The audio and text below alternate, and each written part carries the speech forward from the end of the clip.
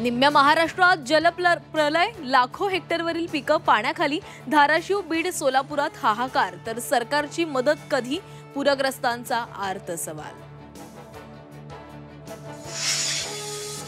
महाप्रलयाच्या मगरमिठीमध्ये अडकलेल्या मराठवाड्यात 8 जणांचा बळी, वेळेवर उपचार न मिळाल्यानं चिमुकल्याचा मृत्यू। पूरग्रस्त भागामध्ये युद्धपातळीवर बचाव कार्य, ठिकठिकाणी बोट आणि हेलिकॉप्टरनं रेस्क्यू ऑपरेशन सुरू।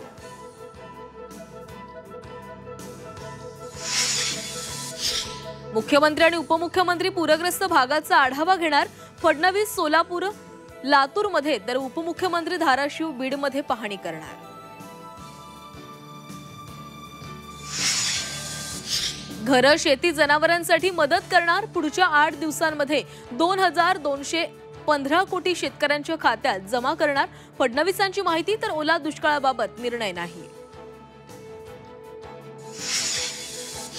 अतिवृष्टीग्रस्त महाराष्ट्रासाठी किमान 10,000 कोटी द्या, उद्धव ठाकरे यांची केंद्राकडे मागणी। आधी भरपाई मग पंचनामे करण्याचा सल्ला, तर राजकारण नको, फडणवीसांचं उत्तर। पुरानं धास्तावलेल्या ग्रामस्थांना दिलासा देण्यासाठी नेते बांधावर, ओमराजेंकडून छातीभर पाण्यामध्ये उतरत बचाव कार्य, तर धस महाजन यांच्यासह विविध नेते पूरग्रस्तांच्या मदतीला। राज्यातील झेडपी आणि पंचायत समितीच्या मतदार याद्यांचा कार्यक्रम जाहीर। 8 ऑक्टोबरला प्रारूप यादी, तर 27 ऑक्टोबरला अंतिम मतदार यादी प्रसिद्ध होणार।